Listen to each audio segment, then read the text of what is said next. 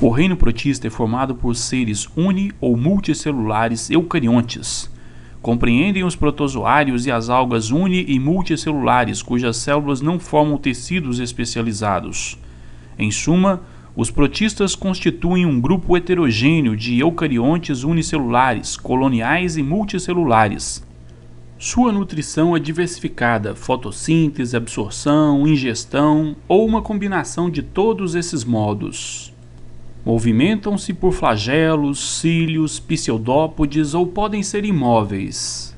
Apresentam reprodução assexuada e ou sexuada.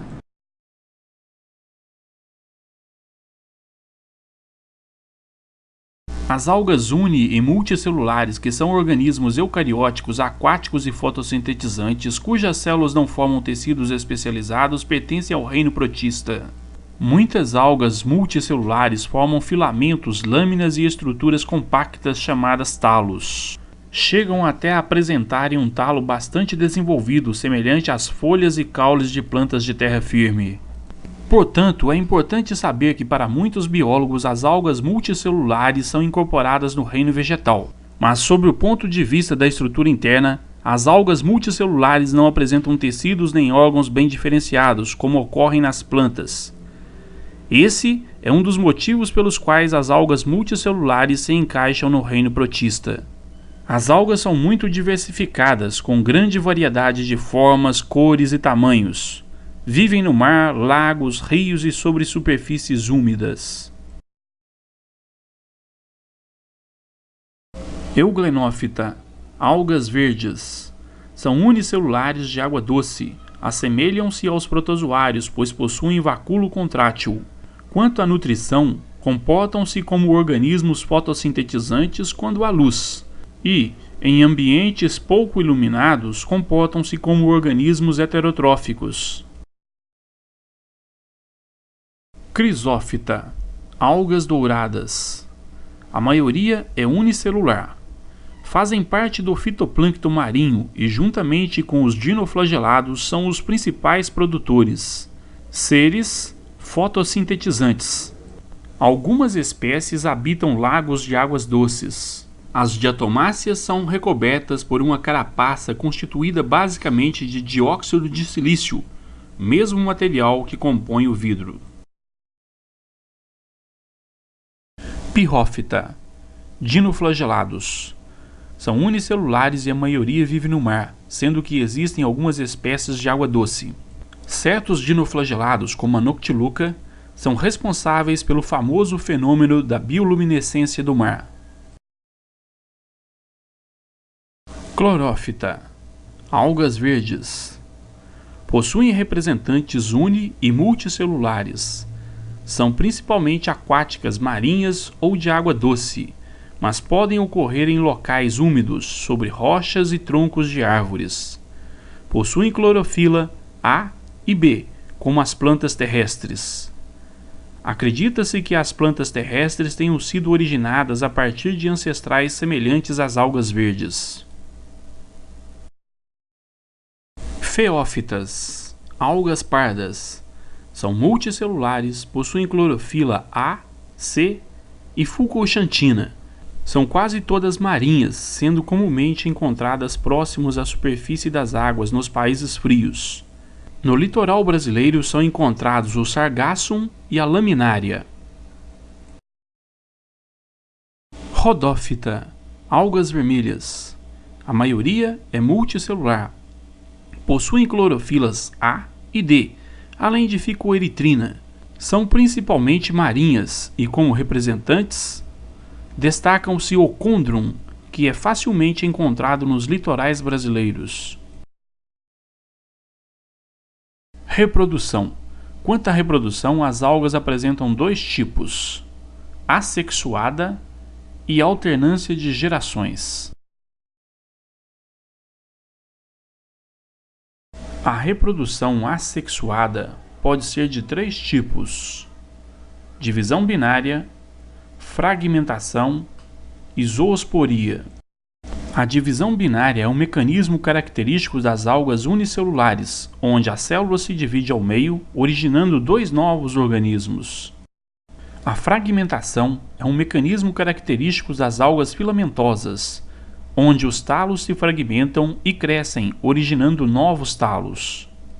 A zoosporia é um mecanismo em que as células flageladas assexuadas, os zoósporos, soltam-se do indivíduo que as produziu e nadam até atingir locais favoráveis, onde se fixam e originam assexuadamente novos indivíduos.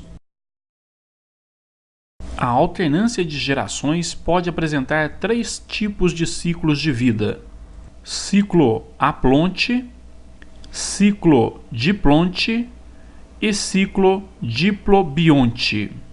Os critérios para essa distinção referem-se ao momento em que ocorre a meiose e a haploidia dos indivíduos adultos do ciclo, isto é, se os indivíduos adultos são haploides ou diploides. No ciclo aplonte, o indivíduo haploide produz gametas através da mitose. Os gametas se fundem através da fecundação, originando o zigoto diploide. O zigoto sofre meiose, originando indivíduos haploides, que se desenvolvem até dar origem a novos indivíduos adultos haploides. Ciclo aplonte. Reprodução sexuada em clamidomonas. Observe que os indivíduos adultos haploides fundem-se, produzindo o zigoto, que sofre meiose, dando origem a indivíduos haploides jovens que se desenvolvem, originando indivíduos adultos haploides. Ciclo diplonte. O indivíduo adulto diploide sofre meiose para produzir gametas. Os gametas se fundem através da fecundação, produzindo o zigoto diploide, que se desenvolve, dando origem ao indivíduo adulto diploide.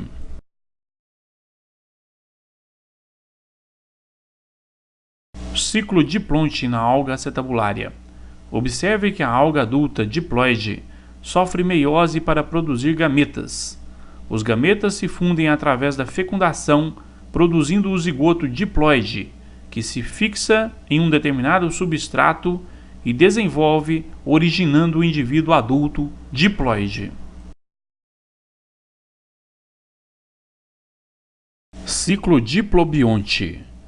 Observe que o indivíduo adulto diploide sofre meiose e produz esporos. Os esporos se desenvolvem, originando indivíduos haploides. Estes indivíduos haploides produzem gametas através da mitose. Estes gametas se fundem através da fecundação, dando origem ao zigoto diploide, que se desenvolverá, originando um novo indivíduo adulto diploide. Ciclo diplobionte na alga verde uva. Observe que a alga adulta diploide sofre meiose e produz esporos haploides. Estes esporos desenvolvem-se e produzem indivíduos adultos haploides. Os indivíduos adultos haploides sofrem mitose e produzem gametas. Os gametas se fundem através da fecundação, formando o zigoto diploide, que se desenvolverá e originará um indivíduo adulto diploide. A culinária japonesa utiliza algas na preparação de diversos pratos. Por exemplo, prensados da alga vermelha nori são utilizados para enrolar sushi. Os dinoflagelados são os responsáveis pelo fenômeno da maré vermelha. Tais marés causam a morte de milhares de peixes e outros animais marinhos, podendo matar até mesmo o homem. Essas marés são provocadas por invasões maciças de dinoflagelados rubros de diversas espécies, que fazem com que a água se torne avermelhada. Os dinoflagelados liberam uma neurotoxina na água, que envenenam os peixes e outros animais marinhos, provocando verdadeiras chacinas temporárias nos mares. Se o homem ingerir peixes ou outro animal contaminado pela neurotoxina, pode sofrer paralisias temporárias de certas partes do corpo, ou, dependendo da concentração ingerida, morrer intoxicado. As algas do fitoplâncton sustentam direta ou indiretamente praticamente todos os outros seres das comunidades dos mares e lagos. Através da fotossíntese, as algas fabricam seu próprio alimento a partir da energia solar e não dependem de outros seres vivos para a sua nutrição. Por sua vez, os seres do zooplâncton comem algas, servindo de alimento para peixes e outros seres marinhos. Essas algas são responsáveis por quase 90% de toda a fotossíntese realizada no planeta. Como praticamente todo o gás oxigênio atmosférico é proveniente da fotossíntese, pode-se dizer que as algas planctônicas são as principais responsáveis pela presença desse gás na atmosfera terrestre.